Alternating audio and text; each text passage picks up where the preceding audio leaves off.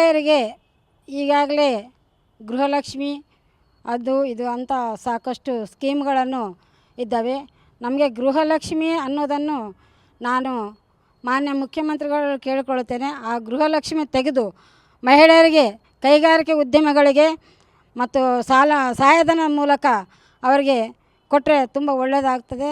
ಈಗ ಸಮಾಜ ಸೇವೆಯಲ್ಲಿ ಮಹಿಳೆಯರಿಗೆ ನಾನಾ ರೀತಿಯಿಂದ ತೊಂದರೆ ಇವೆ.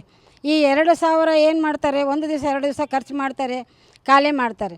ಈ ಒಂದು ಅವ್ರಿಗೊಂದು ಕೈಗೆ ಕುಶಲ ಕೈಗಾರಿಕೆ ಕೊಟ್ಟರೆ ಅವ್ರಿಗೆ ತುಂಬ ಒಳ್ಳೆಯದಾಗ್ತದೆ ಮಹಿಳೆಯರಿಗೆ ಅಂತಂತೇಳಿ ನಾನು ಅವರಲ್ಲಿ ಕೇಳಿಕೊಳ್ಳುತ್ತೇನೆ. ಯುವಜನತೆ ಅಂದರೆ ಸರ್, ಇವಾಗ ನಮ್ಮಲ್ಲಿ ಬಂದು ಅನ್ಎಂಪ್ಲಾಯ್ಮೆಂಟ್ ಜಾಸ್ತಿ ಇದೆ ಸರ್. ವರ್ಷದಿಂದ ವರ್ಷಕ್ಕೆ ಕಾಂಪಿಟೇಷನು ಹೆಚ್ಚಾಗ್ತದೆ. ಆದರೆ ನಾವು ಯಾವಾದರೂ ಇವ್ರು ಬಿಡ್ತಕ್ಕಂಥ ಎಕ್ಸಾಮ್ಸು ಪೋಸ್ಟ್ ಆಗಲಿ 3,000 4,000 ಬಿಡ್ತಾರೆ. ಆದರೆ ಹಾಕೋರು 4 ಲಕ್ಷ 5 ಲಕ್ಷ ಆಗ್ತಾರೆ. ಅದರಲ್ಲಿ ಇನ್ನೊಂದೇನೆಂದರೆ ನಮ್ಮ ಭಾಗದಲ್ಲಿ ಉದ್ಯೋಗ ಅವಕಾಶ ಜಾಸ್ತಿ ಮಾಡಬೇಕು.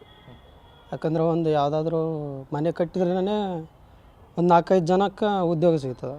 ಅಂಥದ್ರಲ್ಲಿ ನಮ್ಮ ಭಾಗದಲ್ಲಿ ಏನಾದರೂ ಡೆವಲಪ್ಮೆಂಟ್ ಆಗಬೇಕು. ಒಂದು ಏಮ್ಸ್ ಸಿಕ್ಕರೆ ಎಷ್ಟೋ ಜನಕ್ಕೆ ನೌಕರಿ ಸಿಗ್ಬೋದು. ನಮ್ಮಲ್ಲಿ ಏರ್ಪೋರ್ಟ್ ಆದರೆ ನೌಕರಿ ಸಿಗ್ಬೋದು. ಅಂಥ ಯಾವಾದರೂ ಡೆವಲಪ್ಮೆಂಟ್ ಪ್ಲಾನ್ಸು ನಮ್ಮ ಭಾಗಕ್ಕೆ ಬರಬೇಕು.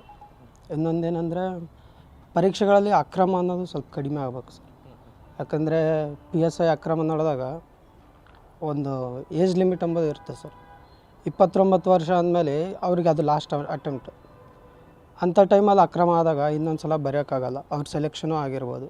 ಅಂಥ ಟೈಮಲ್ಲಿ KPTSL ಆಗಲಿ ಮತ್ತು PSI ಪರೀಕ್ಷೆ ಅಕ್ರಮ ಸ್ವಲ್ಪ ಕಡಿಮೆ ಮಾಡಬೇಕು.